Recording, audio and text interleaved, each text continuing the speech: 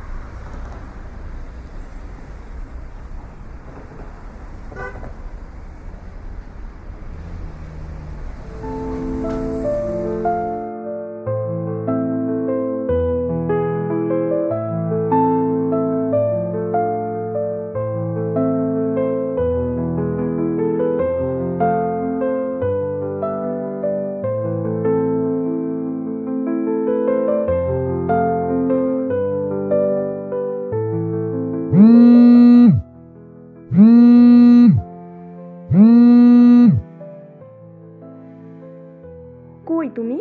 অনেক দিন দেখা করবা বলতেছো, কিন্তু কোনো খোঁজই নাই তোমার। তুমি কি আমাকে ইগনোর করতেছো? আজকে তোমার কোথায় কি আছে জানি না, আমার সাথে 1 ঘন্টা পর দেখা করবা ব্যাস। আচ্ছা।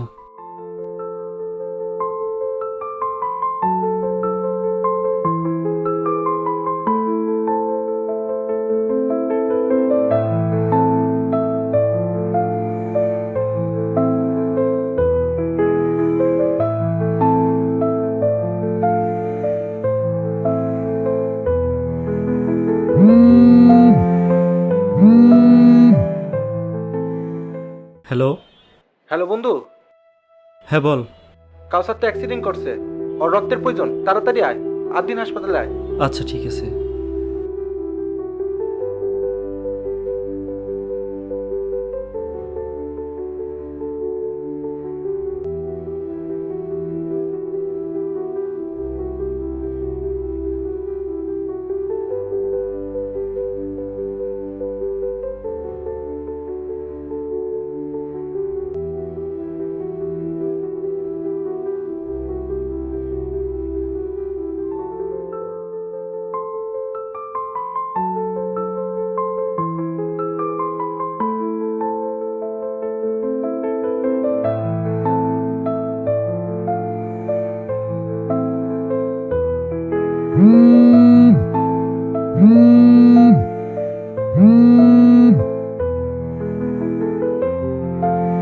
হ্যালো। হ্যাঁ, আমি আসতেছি।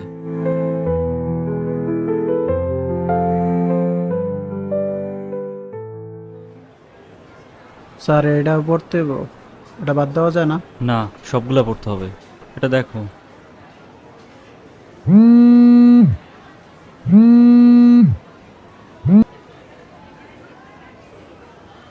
Hello hello. ভাইয়া, আম্মু তো ওষুধ শেষ, টাকা কবে পাঠাবা? আচ্ছা, আমি কালকে পাঠিয়ে দেওয়ার চেষ্টা করব। ঠিক আছে, রাখ।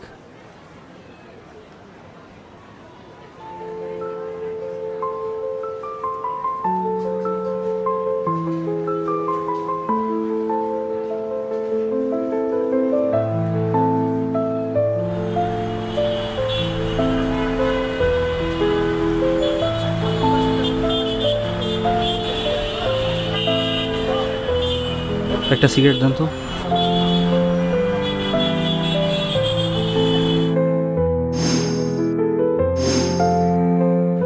না, লাগবে না।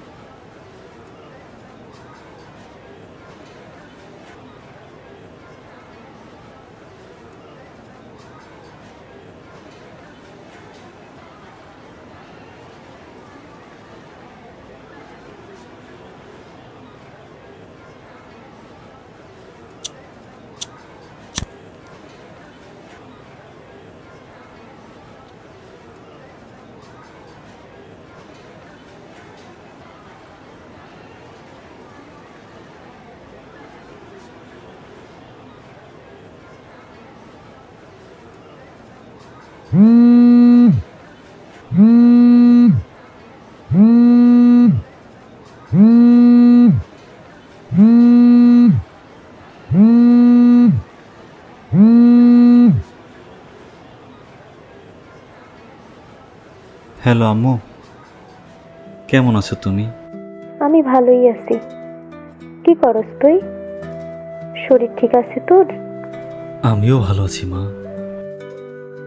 কাজের চাপ বেশি ছিল তো। রাতে তুমি খাইছো মা? হ্যাঁ রে বাপ, আমি তো সেই সন্ধ্যাবেলায় খাইয়া লইছি। তুই খাইছস? মনে হইতেছে খাইস নাই। প্রতিদিন এমন রাত কইরা খাস, আমার চিন্তা হয় শহরে এত কামের চাপ কেন রে বাপ?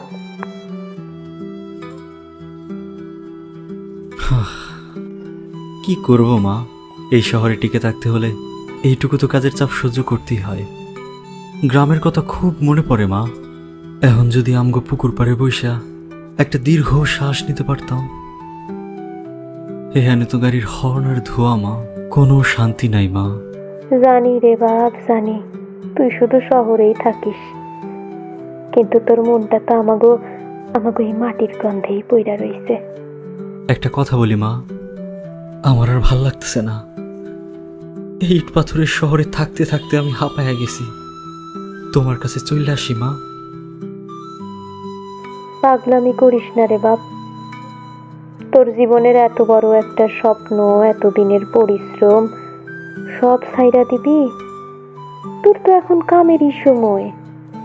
একটু কষ্ট কইরা থাক বাপ, আমি না হয় তোর লাগি অপেক্ষা করলাম। তুমি সত্যি খুব ভালো মা। আমি সব সময় তোমাদের কথা ভাবি। একটা দিন যদি ছুটি পাইতাম, সোজাসুজি তোমার কাছে চলে আসতাম। তোমার হাতে রান্না করা শাক চচ্চড়ি আর পুকুরের মাছে ঝোল খাইতাম। তুই তো শুধু আউনের কথা কইস। আমি তোর জন্য পুকুর থেকে টাটকা মাছ আইনা রাখছি। তুই কবে আসবি রে বাপ? আমি তোরে সব রাইন্ধা দিমু। তোরই তো আউনের খবর নাই। আচ্ছা মা, তুমি নিজের যত্ন নিও, আর বিকালে একটু হাঁটাহাঁটি করো। আমারে নিয়ে বেশি চিন্তা করো না মা। হ, তুই সাবধানে থাকিস। কাইল আবার ফোন দিস।